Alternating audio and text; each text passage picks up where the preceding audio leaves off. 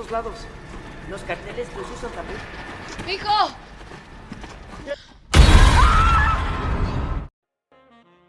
Assalamualaikum, halo Sobat Gogoleran. Bagaimana kabar Anda hari ini?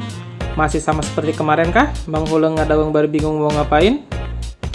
Kembali lagi dan lagi bersama saya Bang Takur Movie. Yang kali ini saya akan menceritakan sebuah film yang berjudul The Forever Forge, yang artinya saya juga tidak tahu ya. Film ini baru dirilis tahun 2021, yang itu artinya baru sekali ya. Dan akan menceritakan orang-orang di daerah perbatasan Amerika Serikat dan Meksiko, di mana mereka harus bertahan hidup di tengah pembantaian di daerah perbatasan. Tanpa berbacot ria atau spoiler di awal karena itu akan memakan waktu, mari kita mulai aja alur ceritanya. Cerita dimulai dari seorang koboi yang bernama Juan, yang mana dia bekerja di sebuah peternakan atau penangkaran kuda, di mana dia mempunyai bos yang sangat baik kepada dirinya, tapi sayang, anak bos yang bernama Dylan tanpa Milea sangat sinis kepada dirinya karena merasa tersaingi, dan juga Juan adalah seorang imigran dari Meksiko. Di saat pembagian gaji di akhir bulan, si bos pun memberikan amplop kepada masing-masing karyawannya. Krik tanpa Jang mendapatkan gaji, disusul Tete tanpa BH dan juga mendapat bagiannya. Tak luput Juan pun mendapatkan haknya juga. Di sini kita lihat bukan hanya Dylan yang sangat sinis kepada Juan, Krik juga sama. Bedanya dengan Tete, Tete merupakan seorang imigran seperti Juan dari Meksiko juga. Pindah ke scene lain, di mana orang-orang di seluruh penjuru kota menutup rapat semua rumah dan toko untuk menghindari pembantaian dari ras atau kelompok yang mengatasnamakan pejuang kemerdekaan, yang mana mereka tak menginginkan para imigran tinggal di Amerika. Tak terkecuali warga Amerika asli pun akan mereka bantai jika tak sependapat dengan mereka. Terlihat Juan dan istrinya Adela dibawa ke sebuah kamp penampungan pengungsi yang dijaga oleh militer, di mana mereka bergabung dengan imigran yang lain untuk mendapatkan perlindungan. Perlu kalian ketahui ya, bahwa pembantaian ini hanya berlangsung selama 12 jam, dan pemerintah Amerika pun melegalkan acara tersebut, di mana mereka diperbolehkan membunuh, menjarah, memperkosa, dan sebagainya sesuai keinginan mereka, dan keesokan harinya acara pembantaian itu pun akan selesai. Jika masih ada yang melakukan kekerasan, mereka pun akan ditangkap meskipun itu warga Amerika sendiri. Lanjut, setelah kejadian itu selesai, mereka bekerja seperti biasa. Yang berbeda adalah banyak sekali kerusakan, darah di sepanjang jalan, dan mayat-mayat berserakan di mana-mana. Dan itu semacam hal biasa bagi mereka. Di tempat lain, Adele pun bekerja seperti biasa, tapi dia melihat kejanggalan di mana tempat dia bekerja yang terlihat sangat lengang. Dia pun mengecek keluar dan melihat semacam perangkap atau kandang untuk hewan. Saking penasarannya, Adele mencoba mengecek dan tak disangka malah dia sendiri yang terjebak di perangkap itu. Ternyata acara pembantaian itu masih berlangsung, di mana para kelompok pemberontak masih menginginkan pembantaian itu berlanjut. Untung ada bos Adele di tempat dia bekerja yang segera menyelamatkan Adele. Tapi sayang, mereka keburu diketahui polisi wilayah dan mereka ditahan meskipun mereka tak bersalah. Pindah ke tempat peternakan Dylan, di mana Juan dan Tete datang untuk bekerja. Mereka pun dikagetkan dengan suasana yang lengang. Mereka pun sempat mengecek ke beberapa tempat sampai terdengar suara tembakan yang mengagetkan mereka. Ternyata suara ledakan itu keluar dari keluarga Dylan yang sedang ditawan oleh pemberontak, yang mana pemberontak itu adalah Krik, karyawan mereka sendiri. Ternyata si Krik menyimpan dendam kebencian bukan hanya kepada imigran aja, tapi dia menyimpan dendam kepada warga Amerika yang tidak mempercayai dan tidak mendukung aksi mereka. Dengan mengendap-endap, Juan dan Tete pun mulai mengintai keluarga Dylan yang sedang ditahan dan kayaknya akan segera dieksekusi oleh Krik. Di mana ayah Dylan menganggap kalau Krik salah kaprah karena yang menciptakan acara semacam ini adalah orang-orang kaya yang ada di Washington DC. Sempat agak terpengaruh, tapi Krik tetap kekeh dan menembak tepat di babatok ayah Dylan. Sontak hal itu membuat ketegangan. Akhirnya Juan dan Tete pun mulai menyerang para pemberontak itu yang membuat mereka kewalahan. Juan dan yang lain pun berhasil kabur menggunakan truk peternakan untuk menjauhi gerombolan tersebut. Di tengah perjalanan, Juan mencoba menghubungi istrinya, tapi sayang teleponnya tidak diangkat. Akhirnya Juan pun memutuskan untuk menjemput istrinya di tempat dia bekerja. Pindah ke Adele dan beberapa orang yang ditahan dan sedang dibawa oleh polisi. Tanpa disangka, mobil yang mereka tumpangi kena semacam rudal dari kelompok pemberontak yang membuat mobil itu terguling terjumpalik terjungkel. Hal ini membuat tali pengaman salah satu tawanan itu lepas. Dengan cepat si tawanan itu pun mencoba mengambil kehormatan Adele, tapi aksi itu digagalkan oleh bos Adele yang juga ikut dalam tahanan tersebut. Sempat terjadi pertarungan kecil yang akhirnya si orang besar itu pun mati karena dipiting oleh bos Adele. Ketegangan tak hanya sampai di situ, mereka pun mendengar suara pintu kap mobil itu digedor dan akan dibuka dengan paksa. Sampai di mana pintu itu terbuka dan ternyata itu Juan yang berhasil menemukan mereka. Dengan segera mereka pun masuk ke dalam truk yang dibawa Dylan dan akhirnya mereka pun berhasil kabur dari tempat itu. Di scene lain, mereka berhenti di sebuah motel untuk mengisi bensin dan mencari barang-barang yang diperlukan.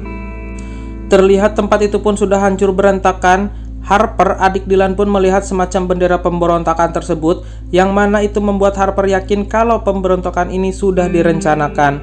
Saat Harper dan Tete mencari bahan makanan, mereka mendengar siaran sebuah radio yang mana negara penyangga seperti Meksiko dan yang lain membuka gerbang perbatasan mereka selama 6 jam ke depan dan menerima semua imigran dengan catatan tanpa senjata. Tanpa pikir panjang, mereka pun bergegas menuju ke perbatasan yang dimaksud. Di tengah perjalanan, mereka dikejutkan oleh sekelompok pemberontak bermotor yang menghadang mereka. Tapi untung Harper membawa bendera yang ditemukan di motel tadi, yang membuat para pemberontak mengira kalau Juan dan yang lain bagian dari mereka juga. Akhirnya mereka pun pergi.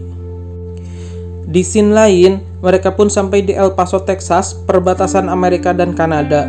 Ternyata di El Paso pun sedang terjadi pemberontakan besar-besaran. Semua jalan diblok atau ditutup yang membuat mereka tidak bisa melanjutkan perjalanan dengan truk. Karena waktu sudah mepet dan juga jarak ke tembok perbatasan sudah dekat, mereka pun memutuskan untuk berjalan di tengah pemberontakan yang sedang berlangsung itu.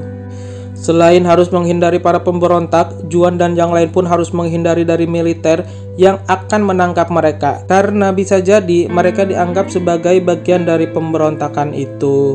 Mereka terus berjalan menelusuri bangunan di tengah demonstrasi yang sedang berlangsung, sampai di mana mereka terkena rudal yang dilayangkan pihak militer. Adele dan istri Dylan yang terpisah dari rombongan dan terjebak di sebuah gedung, mereka pun harus mencari jalan untuk kembali bersama. Adele pun bergegas mencari jalan keluar agar bisa kembali, dan di dalam Adele dikejutkan oleh para pemberontak yang mengintai mereka, sampai Adele pun terpaksa harus membunuh mereka. Adele pun terus melanjutkan perjalanannya, di mana mereka mendapatkan petunjuk sebuah gambar mawar merah, yang mana itu artinya tanda untuk orang-orang imigran Meksiko agar bisa selamat. Dengan mengikuti tanda itu, mereka akan diarahkan kemana orang-orang Meksiko itu bersembunyi. Adele yang terpisah dengan cepat mengikuti petunjuk tersebut dan berharap mendapat bantuan. Begitu juga dengan Juan dan yang lain, mereka pun mengikuti tanda mawar merah yang membuat mereka yakin kalau Adele pun akan sama seperti mereka.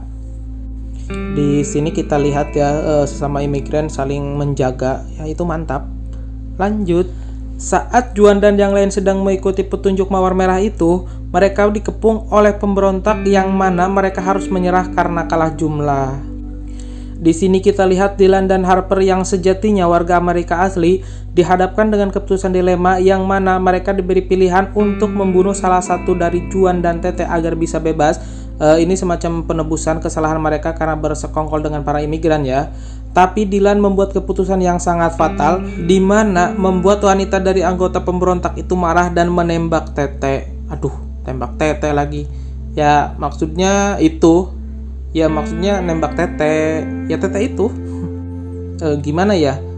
Maksudnya si wanita itu menembak Tete, temannya Juan, yang akhirnya membuat Tete itu tersungkur, ya gitu maksudnya lah. Lanjut, saat Juan akan ditembak, mereka pun diselamatkan dengan datangnya anggota NFFA, semacam anggota militer di Amerika Serikat yang menyergap area tersebut. Kesempatan ini dimanfaatkan oleh Juan dan yang lain untuk kabur dari para pemberontakan mereka. Mereka pun akhirnya saling serang dan akhirnya si wanita dari pemberontak itu berhasil dibunuh oleh Juan. Melihat hal itu, ketua pemberontak itu pun murka dan berniat untuk membunuh Juan dengan yang lainnya. Di scene lain, akhirnya Adele dan istri Dylan yang sedang hamil pun berhasil menemukan perkumpulan imigran dan mereka berhasil berkumpul. Tapi semua belum berakhir sampai di situ. Mereka pun dikejutkan oleh berita yang mana markas militer NFFA diserang yang membuat semua pasukan militer ditarik mundur dan gerbang di perbatasan akan ditutup untuk selamanya.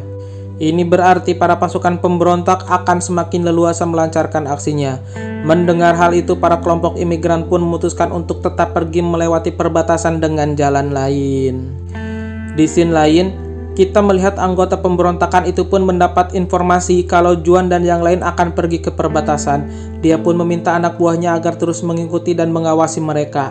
Di tengah perjalanan, Juan dan yang lain pun tersadar kalau mereka diikuti oleh para pemberontak dan bergegas mendaki gunung di perbatasan. Mereka pun berbagi tugas. Juan, Dylan, dan Adele pun mencoba menghadang pemberontak itu, sedangkan Harper dan imigran yang lain tetap melanjutkan perjalanan menuju sisi lain sebelah Meksiko.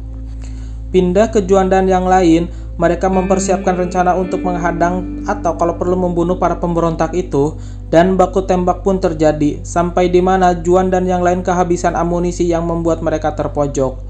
Merasa terdesak, mereka pun memutuskan untuk pergi ke sebuah bangunan tua untuk bersembunyi, tapi anggota itu masih tetap mengikuti Juan dan yang lain.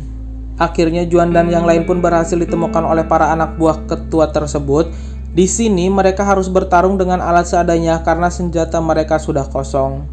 Saat mereka bertarung, Adele pun berhasil ditangkap oleh ketua pemberontak tersebut dan disandra agar Juan dan yang lain keluar.